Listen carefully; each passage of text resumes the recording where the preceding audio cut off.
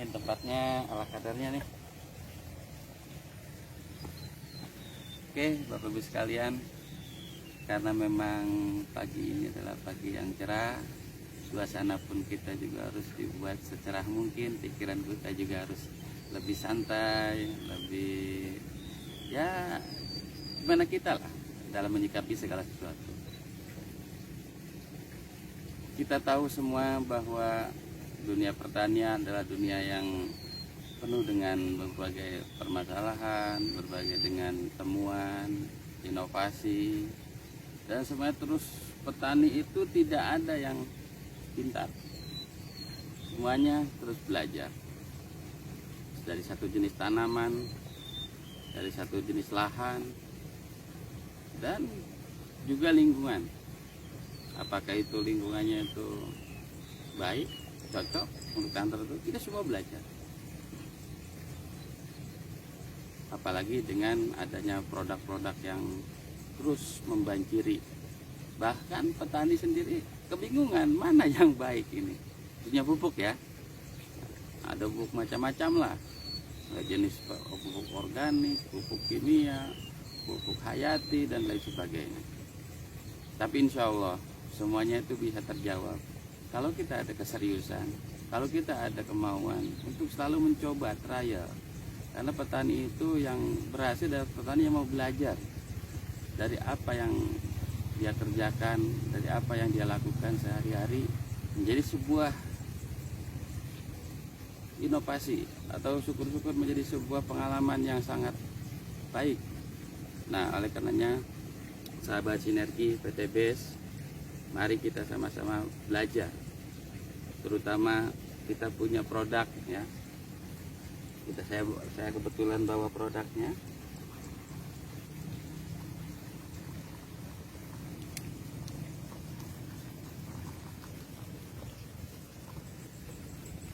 Nah, ini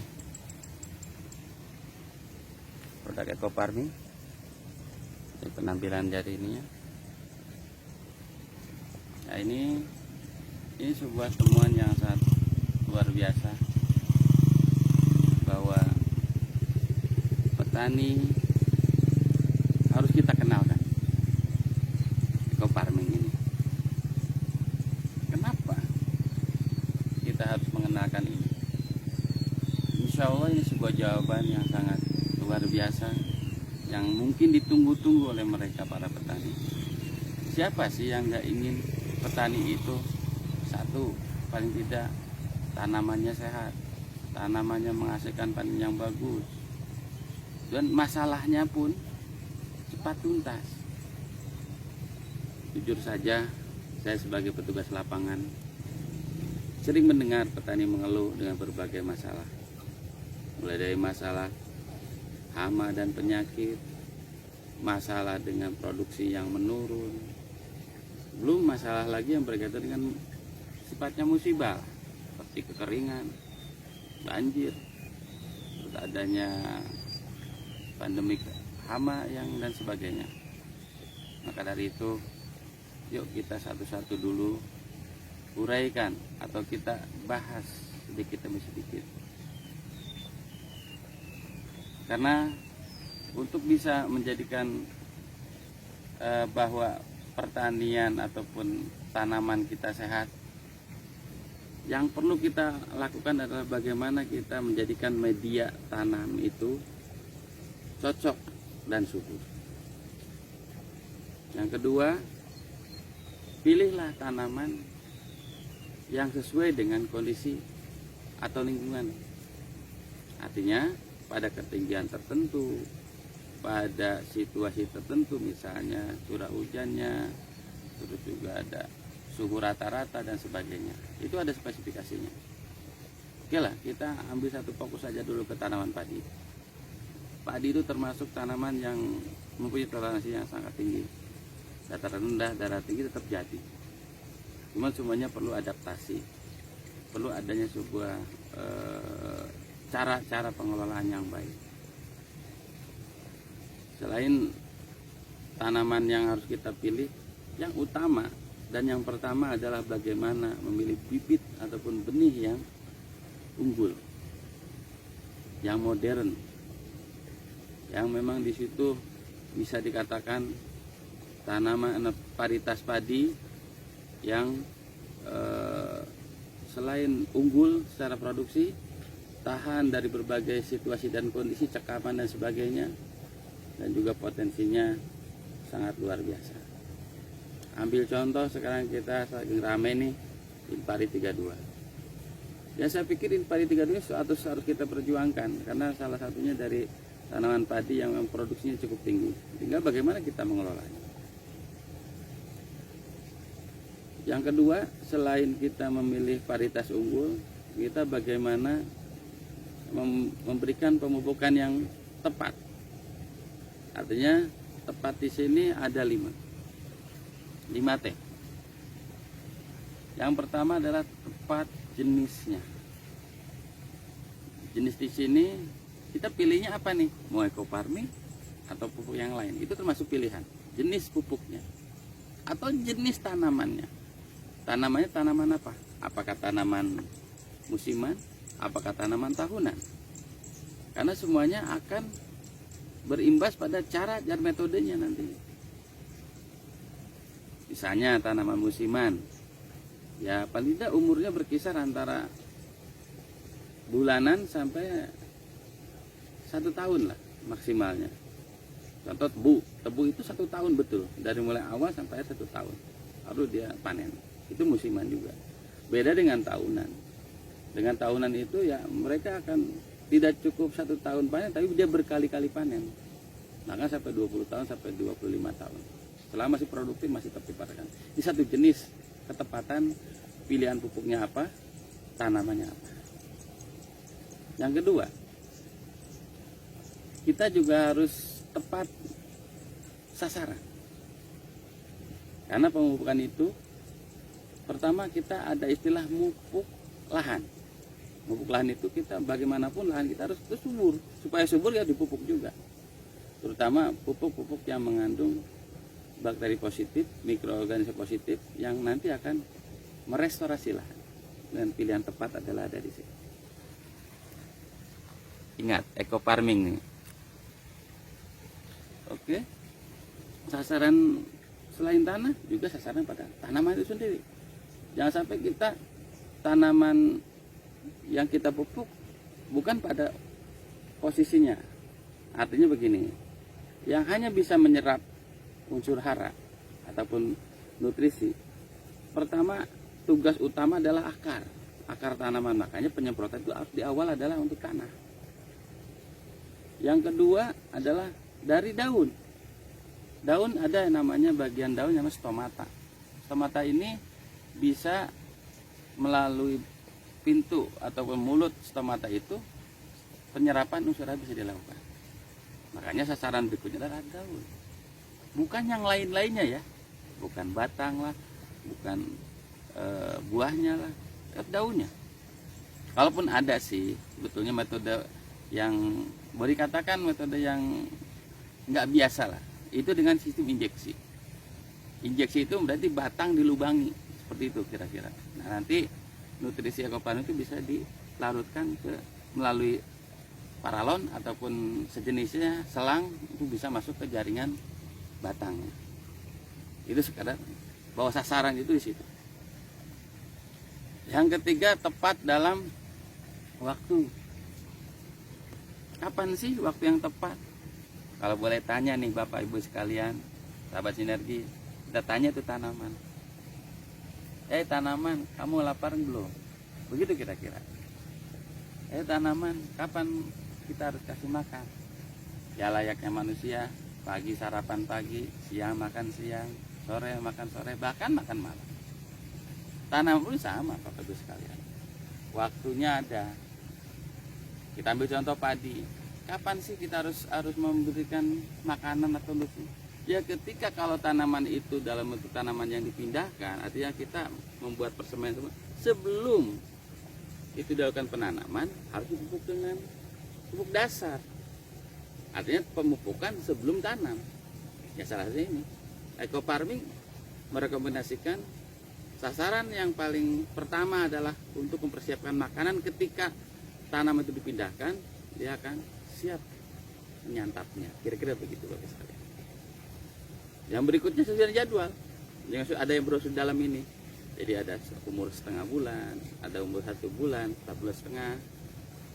Kenapa bahasa saya dengan istilah seperti supaya mempermudah saja. Sebetulnya hitungan tepatnya 14 hari, 28 hari, 42 hari, dan 56 hari. Itu dari waktu. Belum waktu pemupukan yang tepat nih. Untuk tempat kelahan bebas, mau pagi, siang, sore, yang penting cuaca mendukung. Tidak ada hujan, tidak ada banjir, dan posisi yang paling tepat ketika memupuk lahan itu posisinya lahan harus benar-benar macak-macak dan tidak tergenangi, minimal lah genangan jangan sampai lebih dari 2 cm. Terus untuk tanaman waktu yang tepatnya adalah pagi seperti sekarang Bapak sekalian. Sekarang ini saya nggak pegang jam, tapi yang jelas ini kurang lebih sekitar jam 7:30, 8. Nah ini sangat tepat. Sampai jam berapa? Sampai jam 10. Kenapa sih kok ada jam waktunya? Nah, ya itulah. Bayangkan sama kita juga sebagai manusia ketika lapar jam sekian, ketika lewat kita nggak nafsu makan lagi. Seperti itu kira-kira. Jadi ini sebagai pengalaman ketika kita nantinya aplikasi untuk ekofarming, khususnya ekofarming ini ya. Jam 7 start. Jam 10 selesai nggak selesai ya selesaikan aja. Maksudnya, jadi sampai batas waktu itu kita stop. Walaupun kita masih ada beberapa tangki yang harus kita simpan biar besok paginya lagi. Itu dari waktu. Kenapa sih kok kesannya nggak ribet amat harus pakai waktu? Ya beginilah. Kalau pengen berhasil, kita ada tata aturan, ada SOP, ataupun ada standar operasional, ataupun standar untuk pengaplikasikan. Yang keempat, oh ya maaf, yang pertama Pak, Bapak Ibu sekalian, tepat jenis, terus tepat sasaran. Yang ketiga tepat waktu. Yang keempat adalah tepat caranya. Caranya seperti apa sih? Apakah pupuk itu dilempar saja begitu? Enggak juga kan. Tetap ini harus dilakukan pencairan dulu ataupun pelarutan dulu ke dalam 1 liter dengan menggunakan air dari tebu, air kelapa, ataupun air hujan yang sudah didapatkan 2 malam loh. Nah yang terakhir, kalau memang semuanya tidak ada ya bolehlah dengan air biasa, asal jangan air yang tidak sehat lah, maksudnya yang mengandung bahan kimia. Artinya air itu tetap harus air steril. Nah, terus setelah itu baru kita pengenceran yang tadinya jadi biang ekofarming kita akan lakukan misalnya untuk ini lahan misalnya luas 1 hektar. Nah, berapa sih pengencerannya? Ya kita prinsipnya bagaimana tanaman itu bisa atau lahan itu bisa benar-benar rata untuk dilakukan penyemprotan. Kita ambil contoh untuk 1 hektar 10 tangki. Ya pengencerannya 10 tangki. Nah tangki kapasitasnya berapa? Kalau kapasitasnya 20 liter, ya berarti kita kalikan saja. Nah lalu di situ kita, kalau misalnya dosis untuk lahan misalnya 6 liter dalam 1 hektar padi lah ya. Nah kita bagi 10, berarti per 1 tangki adalah 600 mili untuk sasaran lahan. Kalau untuk tahapan berikutnya misalnya untuk umur 14 hari atau setengah bulan berapa? Itu 1 liter. Nah ini yang dikatakan caranya itu tadi setelah dilarutkan, diencerkan, lalu disemprotkan atau disiramkan. Tapi di sini lebih enak sebenarnya disemprotkan karena tingkat pemerataannya lebih pas. Dan yang terakhir dari 5T, 1 jenisnya, terus sasarannya, terus waktunya, caranya, yang terakhir adalah formulasinya. Sebenarnya bahasa formulasi itu adalah rumus. Bagaimana kita merumuskan? Karena segala apapun pemupukan itu harus efisien, mengandung memiliki prinsip efisien, efektif, gitu kan? Efisien di sini ya tentunya harus kita hitung berapa dosis yang tepat. Dosis satuannya adalah bisa mililiter, bisa gram, dan bisa satuan lain yang nanti dibandingkan dengan alat ataupun wadah yang kita gunakan. Anggaplah di sini tentuannya berapa mili per tangki, itu dosis. Atau mungkin tempat yang dimaksud bisa aja bukan tangkinya, per hektarnya berapa, nah itu sama aja dosis. Misalnya untuk 1 hektar berapa sih dosisnya, 10 tub secara keseluruhan, nanti dibagi sasaran lahan berapa, sasaran lahan berapa, itu juga dosis. Jadi dosis itu penting dan harus diperhatikan. Salah dosis berakibat juga kekurangan respon tanaman kurang. Kalau untungnya ini ekofarming ini kelebihan gak masalah guys, gak masalah sahabat mitra sinergi petani. Jadi ya bagi petani yang merasa oh saya pengen banyak, silakan, cuman pemborosan aja Pak. Oke, itu berdasarkan dosis yang kita ukur dari ukuran pupuk dibandingkan dengan luasan ataupun tempat yang kita gunakan. Atau lebih spesifik lagi ada namanya konsentrasi. Konsentrasi ini dimana pada saat kita tadi sudah dilarutkan, ini contohnya seperti ini nih, dilarutkan ya. Nah, nanti kita kan punya luasan yang tanaman itu mungkin untuk beberapa meter saja atau beberapa pohon saja kalau di tanaman lain. Ya kita gunakan konsentrasi bahasanya. Nah, ambil contoh ya, untuk sasaran padi nih misalnya. Padi untuk katakanlah untuk sasaran lahan ya, konsentrasinya berapa yang harus kita hitung. Jadi tadi saya sampaikan yang 6 liter dibagi 10 berarti ketemunya di angka 600 mili per tangki. Kita hitung lagi satu tangki berapa liter.